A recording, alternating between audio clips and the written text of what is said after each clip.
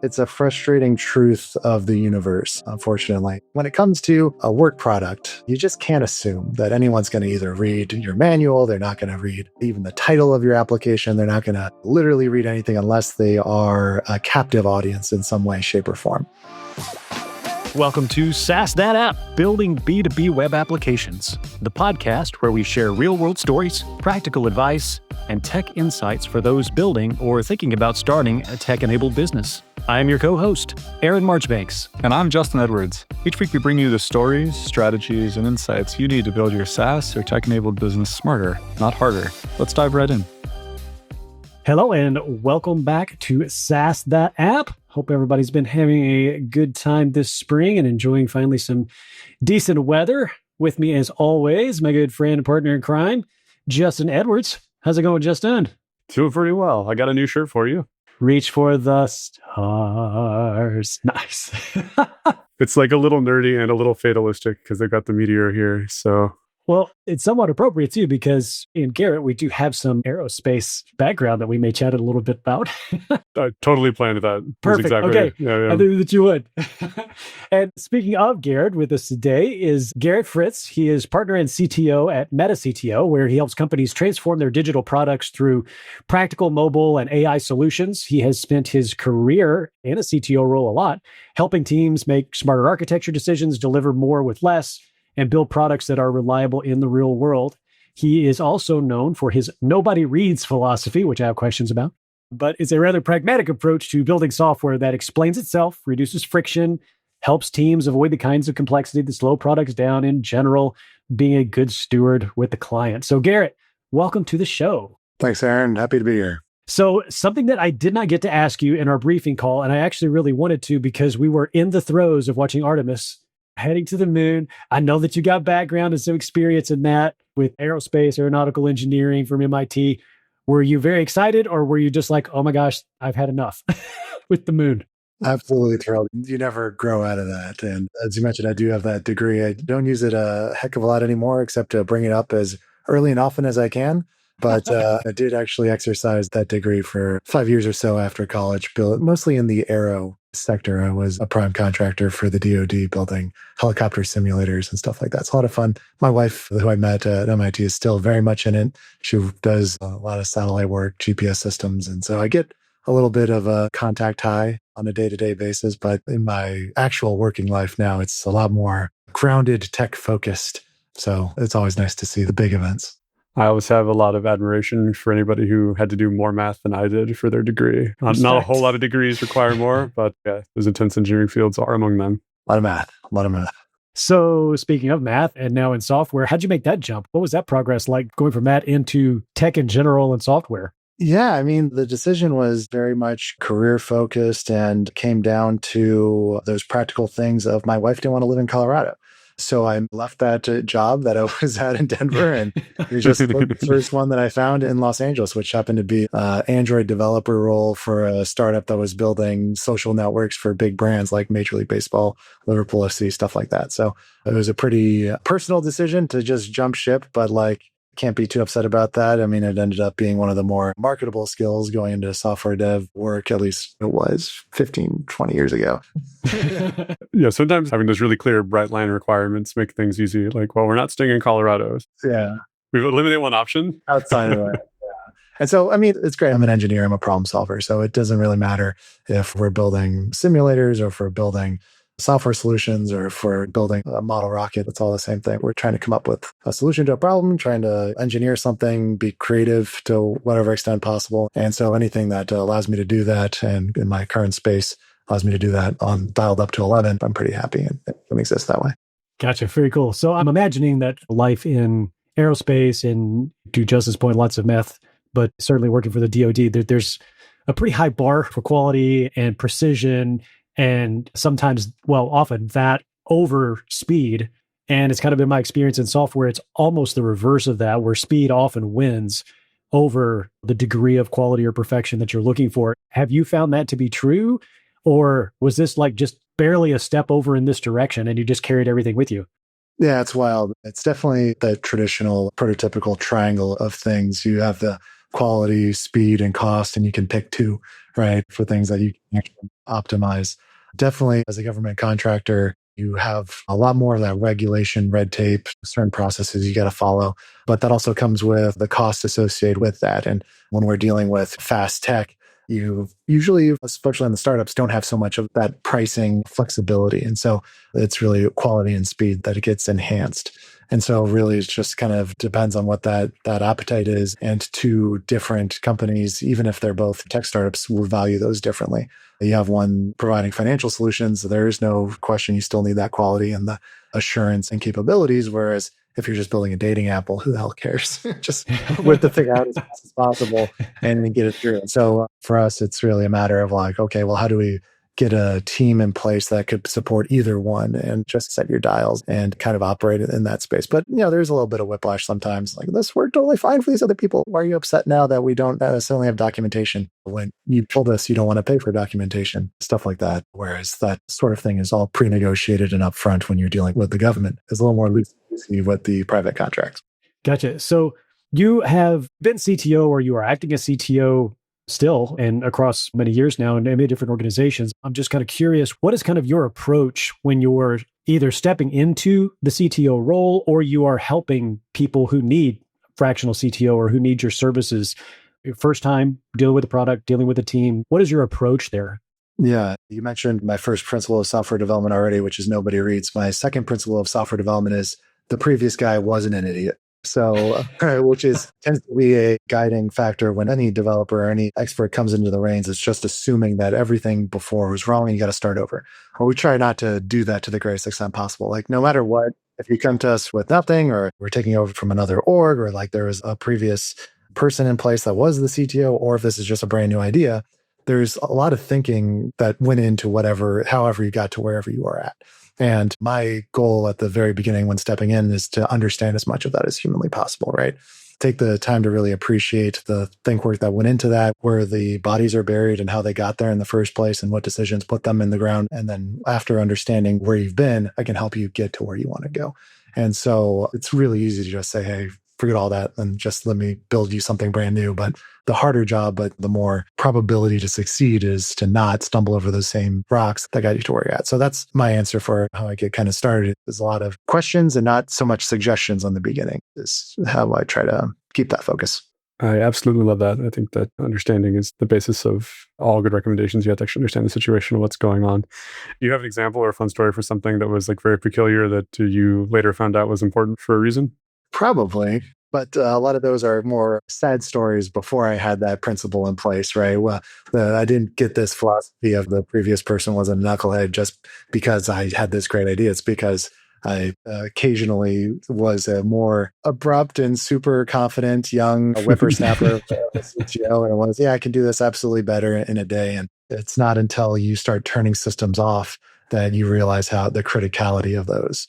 And so there may have been one or two scenarios in my early 20s where I may have deployed a brand new greenfield version of a platform and heard from some angry customers who said, hey, what about my ability to upload the CSV?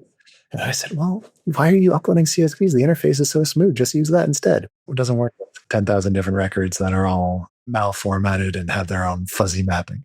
So yeah, not so much anymore, unfortunately, because of the new philosophy, but that was a lesson learned. I like approaching that with the last guy wasn't an idiot. And even if what's right for the business now isn't what was right for the business then, that guy was working with different constraints or that guy was working with different requirements and different stakeholders. And so coming in and just assuming that they were incompetent is not probably the best place to start. And especially when you rob yourself of the ability to take all of their hard-won learnings and all their hard-won lessons forward, even if you are going to rewrite, it's like seek to understand first. So that's absolutely fantastic. Totally. Real quick, this episode is brought to you by Delta Systems, which is what Aaron and I do when we're not talking through microphones to you, the people of the internet. We've got a really, really great software team here, and we love to work with cool people on cool projects. So if that sounds like you and you've got a problem or you're in some kind of a jam, go to deltasystems.com, grab the time with us. We can beat up on your problem together, and if there's a fit there, amazing, we'll help you out. So deltasystems.com, grab an appointment, and hey, maybe we can work together. So that was kind of the birth of your second principle. Talk to me a little bit about the first one, the nobody reads thing. That's very interesting to me. It's a frustrating truth of the universe, unfortunately. And from a broad sense, What I mean is, of course, people read books and novels and sci-fi and all that kind of stuff. But like when it comes to a work product, you just can't assume that anyone's going to either read your manual, they're not going to read even the title of your application, they're not going to literally read anything unless they are a captive audience in some way, shape, or form. And even beyond just your users, the people who are working with you and developing your product also, you can't assume that they're going to read the specifications or the requirements or the use cases that you want to handle. And so how do you get over that? You can't just stop writing. You still need to have the kind of that cover the base of what it is we want to build, where we want to go. But what's core is getting understanding in some other way. Is it by intuitive interfaces? Is it by a conversation with whoever your audience is? Is it some sort of viral video that you create just to spit out and say, this is how you use my product? There's just needs to be some other transparent way to get across. And I would say that's never been more true than in this now age of AI slop, where text is just very cheap to create these days. And I'm sure you're no stranger to this. It is easy to spot when something is generated by AI. And not only do you not read that, but you don't even focus in on the text. It's just fuzzy and blurred and through. And you just kind of scroll all the way to the bottom and, okay, well, there's no information here. And I feel like just even outside of our space of software development, I think the layman regular person is also becoming numb to that sort of block of text experience, right? And so we got to find better and more interesting ways to, solve these problems visually and creatively that don't make us blend into the AI's crowd. And it's now a little bit even worse because not only are people not reading, but it's starting to become very easy to detect like AI generated design. And so now every little bit of software that you're seeing out there is starting to become this amorphous blob of AI where you've got these rounded corners, you got the colored left bar edges, and all the menus kind of look the same. And so standing out of that world is now difficult because, well, what do you want to do? Do you really want to pay high cost design to really be aesthetically pleasing and jump out? Or are we going to find some other clever way with maybe UX to get things across? So it's just easy to get blended in when you're relying on what traditionally you should be able to rely on, which is being able to communicate through written specs. It's not the world we live in. Does that extend into documentation on code or repos or things like that for developers' sake? Or is it mainly a customer-focused kind of philosophy? Mostly customer focused. However, it's interesting when you're talking about like a developer kind of space and specs in the sense that nobody reads. Yeah, that's true for humans, but AI sure as hell does. And so now it's actually okay that your specs and your comments and your documentation when it comes to technical documentation is an ocean of text. In fact, it's almost preferred as long as it's relatively accurate.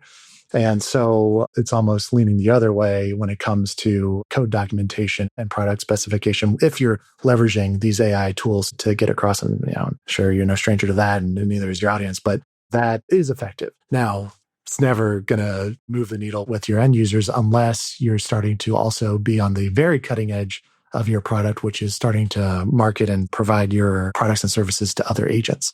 So that is not totally unheard of. I mean, AI, LLM search optimization is a thing, right? We use it on our site. We generate content specifically to get scraped by ChatGPT searches and things like that. In that case, yeah, oceans of text are very much read, but not the humans that you eventually want to capture with it. So we kind of do a little bit of both. We have sort of the hidden mechanisms of text to get caught as the experts in the field and get that generative optimization, but then be flashy and stand out for the eyeballs that invariably then follow that lead.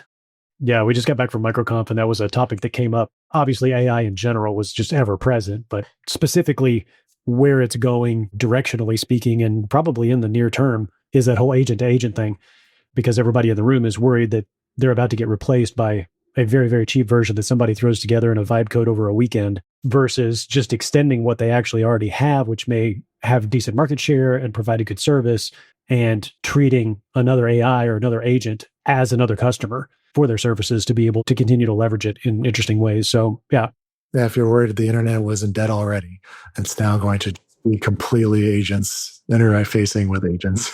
It's interesting. I mean, the statistics on how quickly the corner is turning, even just as a search tool, how many people are moving away from the traditional search stuff and just exclusively using whatever flavor of AI and LLM that they're tinkering with as the search tool. Absolutely. And that was something that I was reminiscing with my business partner. We were in Vegas last week for the Google Next conference. Same thing. It was just agents up and down the board. But we were discussing like on the big coming to market moment of ChatGPT 3-4 years ago, right? It was, oh my God, Google's dead. They're never going to survive this, right? No one's ever going to search. But then at the same time, those AI search results absolutely sabotaged us during that trip when we tried to find a vegan restaurant for us to make a reservation for. Sure, go to this place. They even helped us get the number to make the reservation. We called it up. We made it. And then the next day they called to confirm the reservation. We say, oh, by the way, we're vegan. I'm not, my business partner is. And they said, oh, well, we don't have any vegan food and we can't serve you. And oh, by the way, there's a cancellation fee, $200 each. Oops. Oh my God, are you serious? And unfortunately, the excuse that we gave them of, well, this AI bot said you guys do serve vegan didn't actually fly. I'll bet not. It's a valid excuse. So in that sense, I think traditional search on Google and the internet still has a place, especially when it comes to like confidence. I mean, how many times have you searched on Google and you've just had to scroll past the Gemini results at the top because you just either knew it was already wrong from the get-go, there's no way it would be correct, or when you looked at it, yes, this is actually something I know about and this is also incorrect. So all these hacks of how do I remove the AI from the search minus AI or whatever. So I'm sure there is a practical future in the very near future where that becomes more reliable, but still, I ain't figured that bit out yet. It's a fun pain point that we recently experienced. So thanks, Google. You know me for it.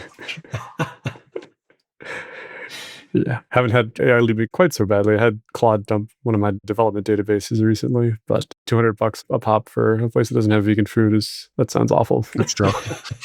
Yeah, I mean, I'd prefer a dump my database. Although I saw this morning there's another article of it dumping a production database for some poor lowly developers trying to use it. You see that all the time. That's not going to stop anytime soon.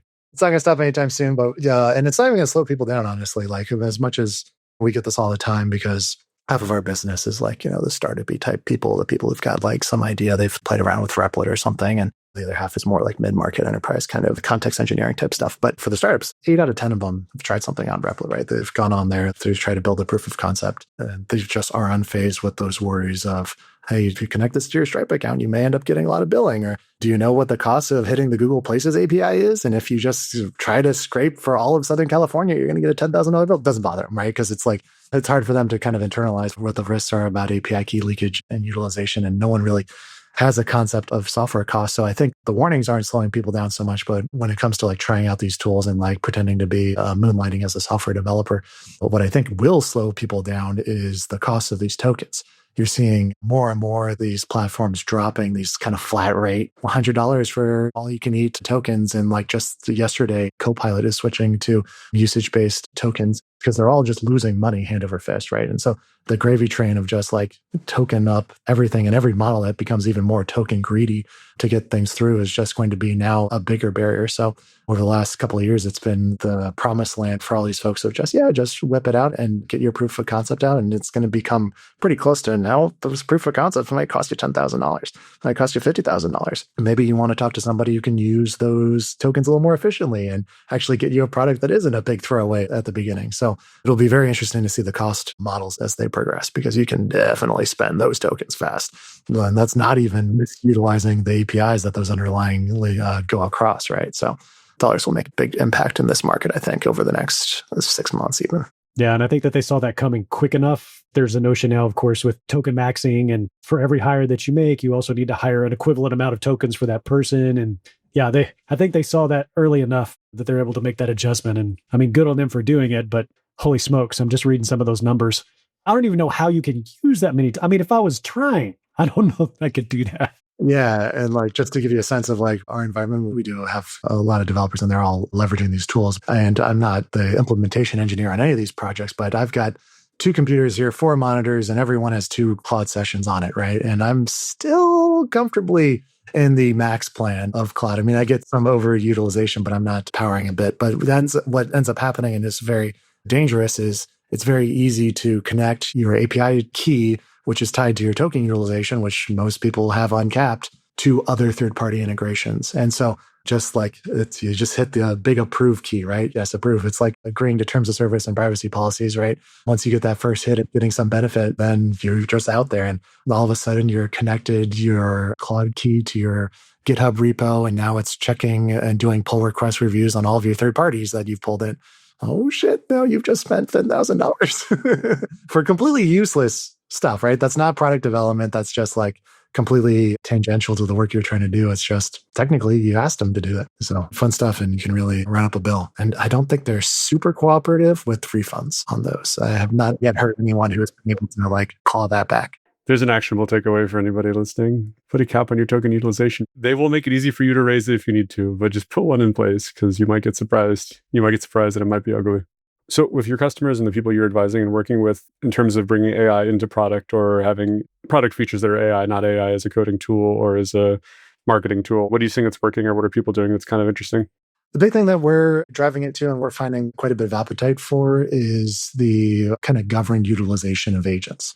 So this is more for like the mid-market enterprise type customers, the folks that are already pretty cautious about their data, the exposure of that. They have compliances like ISO, SOC 2, like HIPAA in some scenarios. It's non-negotiable. They can't just hook up a robot to all of their data and just say, go to town, right? But the whole utilization of and concept of having these agents and LLMs accessing is to enable sort of loosey-goosey development and product implementations, right? So the real question is, well, how do we enable our especially non-technical staff to be able to leverage this agentic AI across our systems without like sacrificing our compliance and our customer faith in our data security layers? And because they do have those enterprise layers of security on. So that was the topic of conversation at Google Next conference last week. Was they've, as you would expect, rebranded their Vertex AI system into Gemini Enterprise. And it was all about how you can leverage those enterprise level securities, role-based access, IAM type policies into your agentic workflows. And that's been what we've been hearing from the market for a while is how do we turn that corner and not be just running off of our dev team's laptops and getting those kind of ad hoc reports, but how do we enable our entire organization and still have that confidence that we're not overspending, we're not developing stuff that just sits in POC limbo, but we're actually developing production-ready agents that can be used across our internal workforce to enable them to do their jobs, but then also potentially monetize and expose their agents to their public as well. So yeah, it's governed agent access and almost making it somewhat deterministic in its deployment and utilization, which is sort of counterintuitive, but it is putting guardrails around agents, which is, I think, going to be the bread and butter of companies like us. Moves us away from having to say, oh yeah, we're not just Replit or ChatGPT, right? Which the price point is just a fight to the bottom. This is now how do you deliver enterprise value to those customers that can afford to pay for it, can value it, and really benefit from that sort of lever of security when it comes to agentic workflow. Would you say that you're still in the space of someone comes to you, a founder, CTO, startup or whatever, and they have grand notions and they, AI, I want to put this in. And you actually then have the conversation with them and discover AI is not the solution that they need or is not the output that they need versus, well, yeah, you're absolutely right. It needs to do all of these things. Are you still having those types of conversations? Yeah, first of all, I'm not sure there's been any startup in the last 6 months that doesn't claim to be an AI company. I think, right? Good gravy. Every single one. Some of them are fancy if statements, and some of them should still say if statements for years and years and years. But yes, there's no one who comes through the door right now that doesn't ask for AI. And it's up to us to kind of determine where that fit is. And I'd say like half the time it's just wildly inappropriate, or like the AI component that they're asking for is what we would call like a phase 7 or phase 8, something like that. Because ultimately it's just not everybody wants a chatbot, and your users probably don't want a chatbot. A lot of times if they end up developing that sort of AI component, it's like, why don't your users just use ChatGPT to get what they're trying to accomplish, right? And so what we're seeing and what we're trying to drive people towards is more of the niche implementation of what they're actually trying to accomplish instead. So get to the root of that problem and solve. So the answer is yes, we still do quite a bit of that. Our market positioning is obviously evolving and moving around, but I'd say about 50% of our revenue is still like app products in some way, shape, or form. Is it mobile app, SaaS products, stuff like that, where we're solving a specific problem for a specific user base. And half of those are very AI enabled. Like they have their own agents, they're all deployed. They are not like chatbot necessarily, but like you're getting recommendations and streamlined workflows and using LLMs and those function calls and tools and MCPs and things. But the other half, still traditional apps. They're just like very specific to the problem they're trying to solve. They have a customer base already ready to utilize those. And they're just happy that the company has .ai in the domain. Have you run across any that are, you get the requests, you kind of validate the request. Okay, yes, I think this probably would be a good opportunity to inject some form of AI into your services or systems or whatever. But it's been more challenging or more engineering heavy maybe than the founder was thinking? Like they came in the door with, oh no, I just want to do this. And you have the conversation. It turns out to be, like you said, 7 phases deep worth of effort. Yeah, when it comes to like generating and benefiting from a lot of these concepts with the AI, I mean, the first thing that anyone's telling you is, oh, well, we'll just train it and it'll get better over time. It's like, okay, great, but you're not over time yet. You're on day one. So you have no user data yet. And so, yeah, we can leverage AI to consume your data tables and your user patterns and all that. But honestly, just look at it yourself. Like there's not that many rows. And you get a lot more specific inferences just by talking to your users and getting that information. And so where we're seeing that it's worth the squeeze on day one to really implement these agents and access into your data systems are for larger companies with lots of users and lots of data, right? Where you can't just look at it and pull it via CSV into the spreadsheet and just create a chart, right? Where you've got hundreds of millions, billions of records across different geospatial areas and things that you're not just specifically asking a question that you could just do with a SQL import. It's more of, are there anomaly detections that we should be aware of or fraud happening on our system where it makes a lot of sense? Whereas a lot of these startups are saying, oh yeah, we'll just use AI to figure out where our most valuable users are. What's the lifetime value of ones that click this button? Well, that's a SQL statement. That's not AI. And so do you really want to pay us 2 weeks of effort to put in this really like flexible piece of software in place for you to query your data? Or do you just want to ask GPT to write one SQL statement for you?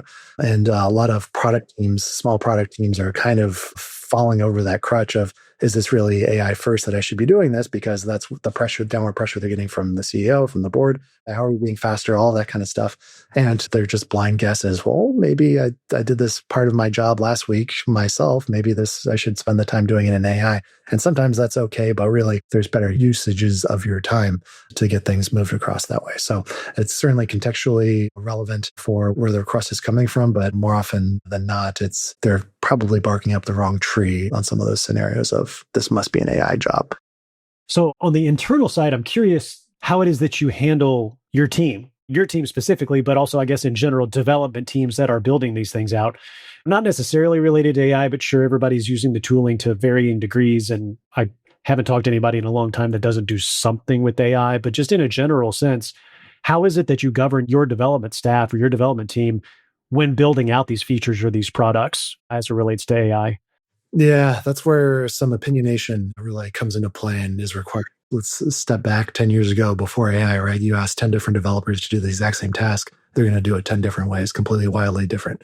Now you ask 10 different developers to build something, the exact same thing, you're going to get 20 different ways because they're all going to do a couple different variants with different AI tools. And they're always going to try to like jump across and do something that's kind of fancy. And now without having some sort of governance or mechanism in place to sort of enforce, encourage, and guide your own team, you're going to be skinning this cat every way possible. And none of those are kind of following the letter of really what me or us as the leadership was really expecting. So how we're doing it is we've got text files, right? All this AI world is just text files and skills and things like that. But they're opinionated in terms of like, if we're going to deploy a cloud-based API, this is the infrastructure we're using. First, we need to decide if the customer is opinionated on AWS, Azure, Google Cloud, anything like that. If AWS, then we will deploy using these services that AWS has. Oh, by the way, here are the script files that deploy all those. Oh, by the way, this is how we do environment variables across that system. And oh, by the way, this is how you do start up a local developer, right? So like if a new developer comes to the system, they just run the one line and they're up.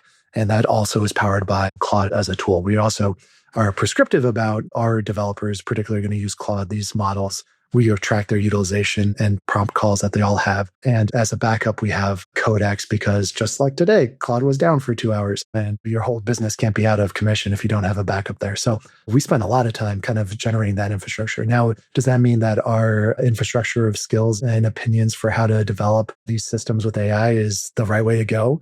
It's a way to go.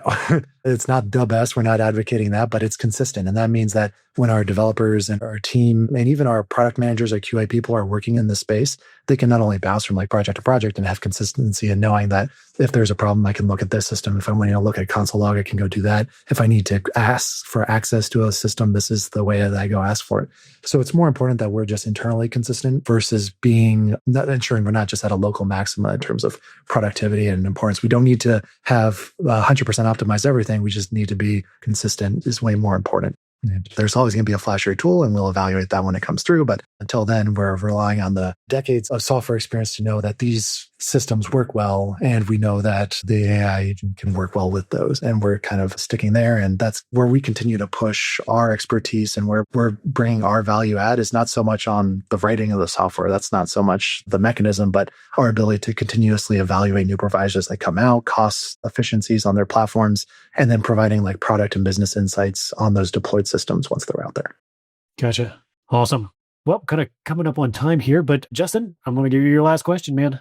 I'm going to tweak it slightly, but it'll be the same that it usually is, which is, what is one thing we didn't ask you about that would be valuable to our audience or valuable to people who are working in this crazy AI development software SaaS space? We covered a lot of ground though, didn't we? Yeah, we did. So anyone who's jumping into this, I'd say target the folks who are maybe not a developer, not a CTO, but maybe your CFOs, your COOs, or someone who's just a non-technical founder who's like, hey, you know what? It's got to be my solution here. My recommendation is try it out. Dip your toe a little bit in, but then don't be afraid to ask for help. If you're really coming in with no background experience on the whole world, you will not catch the rest of the pack. The learning curve is too steep. The tools change too often.